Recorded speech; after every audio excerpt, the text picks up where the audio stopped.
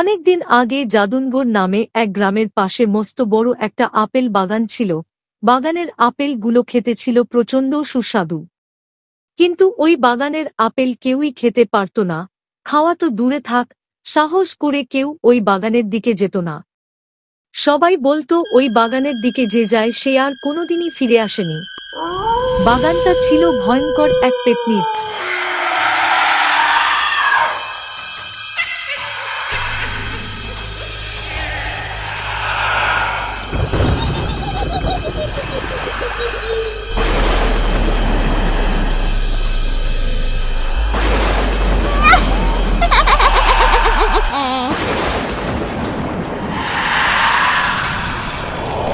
ইয়া বড় বড় পানের মতো দুই কান ছিল ওই পেত্নীটার, মাথায় সাদা চুল, বড় বড় চোখ আর সারা মুখে ক্ষত চিহ্ন ছিল ওই পেত্নীটার। হাতে সব সময় একটা জাদু দণ্ড ধরে রাখত পেত্নীটা। যদি কেউ ওই পেত্নীর বাগানের আপেল খেত, পেত্নীটা তাকে এই জাদুদণ্ডের সাহায্যে খরগোশ বানিয়ে দিত।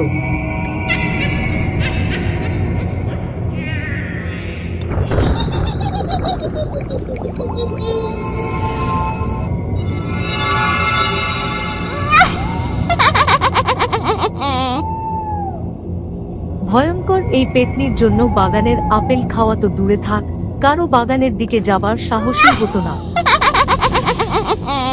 জাদুনগরে কালু আর শানু নামে দুই বন্ধু বাস করত।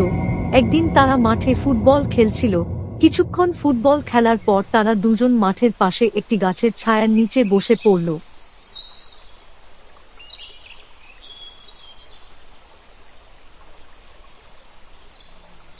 ভাই, আমার না খুব খিদে পেয়েছে, কি খাওয়া যায় বলতো? আশেপাশে তো খাবার মতো কিছুই দেখতে পারছি না, কি যে করি। আশেপাশে খুঁজে তুই কোনো খাবার পাবিও না, এখানে কোনো খাবারের দোকানই নেই। এখান থেকে আমরা যদি বাজারের দিকে যাই তবেই আমরা খাবারের দোকান খুঁজে পাব। কিন্তু গিয়েই বা কি হবে? তোর কাছে কি টাকা আছে? না রে ভাই, খাবার কিনে খাবার মতো আমার কাছে কোনো টাকা নেই। টাকা ছাড়া কি খাওয়া যায় না? কারো বাগানের গাছ থেকে আমরা ফল পেড়েও খেতে পারি। সেদিন আমি আমাদের জাদুনগরের পাশে একটা আপেল বাগান দেখলাম। প্রায় সব গাছেই বড় পাকা পাকা আপেল ঝুলছে। আপেলের কথা মনে পড়তেই আমার খিদেটা দ্বিগুণ হয়ে গেল। এ ভাই, চল না, আপেল বাগানে চল না। আপেল বাগান? না বাবা, ওখানে যাব না। শুনেছি নাকি ওই বাগানে পেত্নীর ভয় আছে, ওই বাগানে যে যায় সে নাকি আর ফিরে আসে না। আরে কিচ্ছু হবে না, আমরা চুপি চুপি গিয়ে 2-4টে আপেল ছিঁড়ে নিয়ে দৌড়ে পালাবো।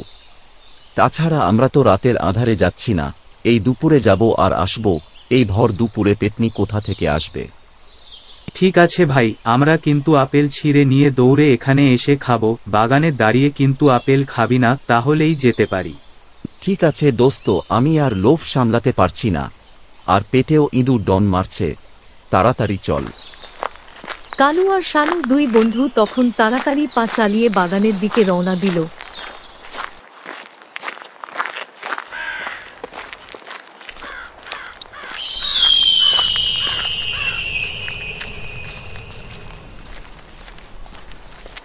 কিছুক্ষণের মধ্যেই তারা হাঁটতে হাঁটতে আপেল বাগানের কাছে গিয়ে পৌঁছালো। চুপি চুপি তারা আপেল বাগানের মধ্যে ঢুকে গাছ থেকে আপেল পাড়তে লাগলো। কালু আপেল হাতে পেয়ে শানুর কথা ভুলে একটা আপেল খেতে লাগলো।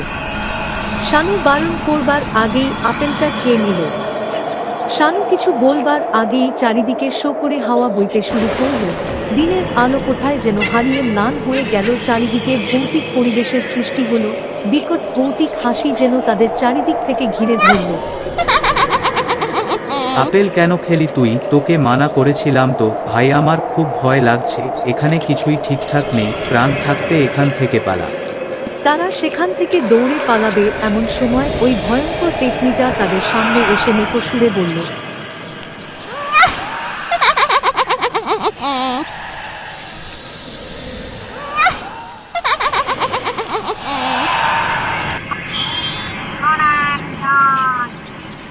ওদের এত বড় সাহস!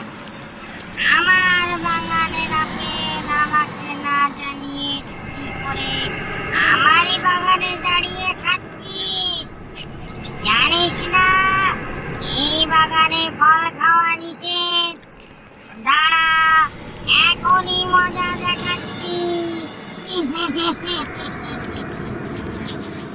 এই বলেই পেতনিটা তার জাদুর দণ্ড বের করে কালুর উপর জাদুর রশ্মি ফেলল, আর দেখতে দেখতে কালু একটা খরগোশে পরিণত হয়ে গেল।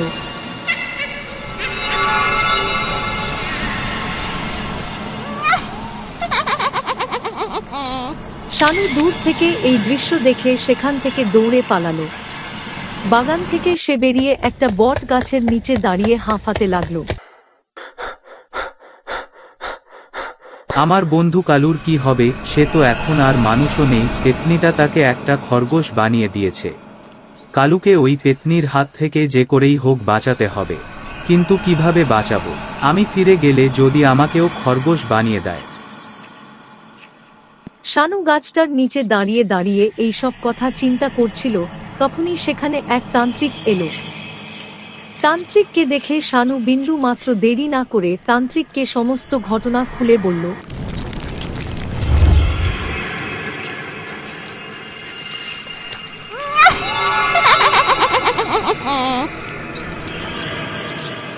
সব শুনে তান্ত্রিক বলল, ও এই ঘটনা, এটা কোনো সমস্যাই না বালক, নিমিষেই তোর সমস্যার সমাধান হয়ে যাবে।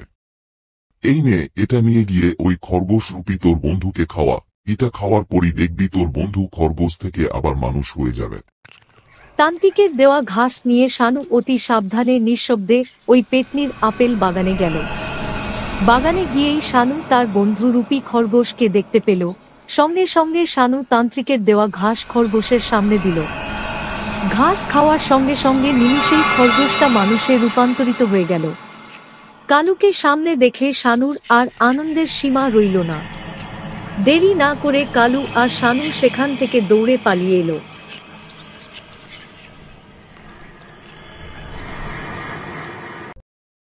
কানপুরের ইন্ডিয়ান রেলওয়ে স্টেশন হরিশ্চন্দ্রপুর থেকে পায়ে হেঁটে প্রায় 10 মিনিটের দূরত্বে অবস্থিত সবুজে ঘেরা জলান্ধর গ্রাম।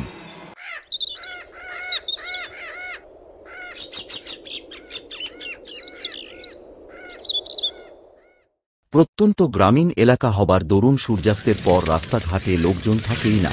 এই গ্রামের রাস্তার পাশেই ছিল আমার বাড়ি। আমাদের পাড়া দিয়ে সম্প্রতি রোজ রাত দুপুরে একটি তালশিরিংয়ে লোক হেঁটে যায়। ভূত চাই, ভূত, ভালো ভূত আছে, ভালো ভূত, ভালো ভূত, মেছো ভূত, কেঁচো ভূত, থানা ভূত, থানো ভূত, কেঁচো ভূত, কেঁচো ভূত, বাসি ভূত, কেঁচো ভূত, মেছো ভূত, অনেক রকম ভূত। ভূত চাই, ভূত। প্রথম প্রথম ভারী অবাক হয়েছে। ভয়ে জানলার খড়খড়ির ফাঁক দিয়ে দেখতুম লোকটাকে। সোজা নাক বরাবর হেঁটে যেত সেই লম্বাগিজান লোকটা পরিত্রাহী ডাকতে ডাকতে।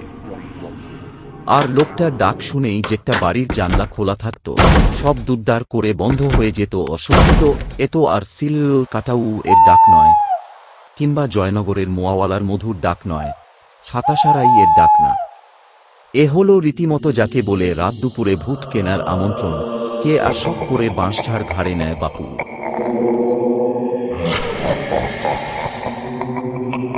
আমি একলা থাকি এই 3 কামরার একতলা বাড়িটিতে। বিয়ে থাওয়া করিনি। একটা শক্ত অসুখে এখন হুইল চেয়ারে আটক। তবে মাঝে মাঝে আমার কিছু উদ্ভট খেয়াল চাপে ও হঠাৎ মনে হলো তাই তো একটা ভূত কিনলে বেশ হয়। একা থাকি, মানুষ না হোক ভূতই সই। আর আজকাল মানুষজনের যা নমুনা দেখছি তাতে বরং ভূতই ভালো সঙ্গী। দরদস্তুর করে যদি একটা ভালো দেখে ভূত কেনা যায় মন্দ কি? কি খায় দায় অবশ্য জানা নেই, তা সে জিজ্ঞাসা করলেই হবে ক্ষণ। এই না ভেবে একদিন তক্কে তক্কে ছিলুম, যেই না ভূতওয়ালা হাঁক পেরেছে অমনি ডাক দিলুম, ও ভাই ভূত শোনো, এই যে এদিকে। লোকটি আমাকে দেখতে পেয়ে লম্বা লম্বা পা ফেলে এসে বলল, এগে আপনি আমাকে ভূত বলে দেখতেছিলেন কেন? আমি ভূত নই, আমি ভূত বেচি গো বাবু। হা, ও ভুল হয়ে গেছে খুব বাবা, ঠিক খেয়াল করিনি তো। আমিও ততোধিক বিনয় করেই বলি। মনে মনে ভাবি, কি জানি বাবা তুমি ভূত কিনা। অমন মূলোর মতো দাঁত আর কুলোর মতো কান কেন তোমার? আমার গা শিরশিরিয়ে ওঠে লোকটার লাল জবার মতো চোখ দেখে। আর গায়ে কি একটা আষ্টে গন্ধ। তা হতে পারে সব ভূতগুলো ওর পিঠের ওই বস্তায় কিনা। ভূতেদের গায়ে শুনেছি একটা বিজাতীয় গন্ধ বের হয়। সে যাকে অনেক ভেবে ঠিক করলুম একটা কেজো ভূত কিনব। এমনিতে একটু আধটু লেখালেখি করি, তাই অনেক সময় কাজ করার সময় পাই না। ভূত যদি কাজকর্মগুলো সেরে দেয় আমার খুব উপকার হবে, লোকটা অভয় দেয়। বাবু, এ আপনার সমস্ত কাজ করবে, কোনো সময় একটুও বসাতে পারবেন না। আপনাকে ওকে সারাক্ষণ কাজ দিয়ে রাখতে হবে। আর এদের বয়স 400 বছরের উপরে, ছানাভূত নয় এরা। আমিও ভাবলুম, যাক বাপু, শিশু শ্রমিক দিয়ে তো আর কাজ করাচ্ছি না, তা সে আর এমন কি কথা। শেষকালে ঠিক 203 টাকা দিয়ে একটা জম্পেশ কেজোভূত কিনে ফেললুম। আর আমার এহেন প্রগতিতে আমি নিজে খুব খুশি হলুম। দুটো 100 টাকার করকরে নোট আর 3টি 1 টাকার কয়েন গুনে নিয়ে লোকটা পিচিক করে একটা বোতল থেকে কি যেন বের করে ঘরের কোণে ছেড়ে দিয়ে সেই যে হাঁটা দিল, আর এমুখো হল না। ও মাগো, ওটা কি? এইটুকু একটা ছাই রঙের জেলির মতো। ওমা, ওই তো 1 ফুট উঁচু হয়ে দাঁড়িয়ে পড়ল, দেখো। আবার হেঁট হয়ে ও কি করছে? নমস্কার, তাই বোধহয়। আমিও প্রতিনমস্কার করি। হা বাপু কেজো ভূত, নমস্কার। যাও বাবা, ঘরদোর বেশ পরিষ্কার করে ফেলো তো। একটা লেখার তাগিদে আর এসব কাজে মন দিতে পারিনি। একা একা থাকি, লোকজন রাখার ঝামেলা নিই না বেশি। কেজো ভূত চোখের সামনে থেকে উধাও হল।